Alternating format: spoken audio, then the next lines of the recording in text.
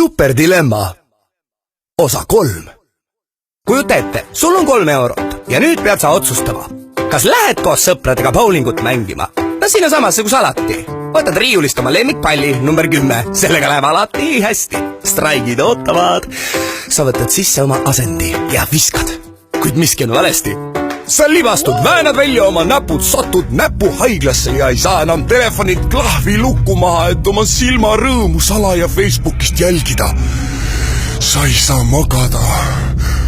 Sa sipled palavikus. Ei. Sinu ema muretseb, sinu isa muretseb, sinu arst muretseb. Ta teeb kõik, mis suudab. Ta hoiab sind, ta kuulab sind.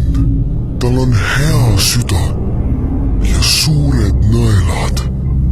On aeg süsti saada. Või laed hoopis superkõnekaardile 3 eurot ja saad terveks kuuks kõned, sõnumid ja 4G interneti. Superdilemma!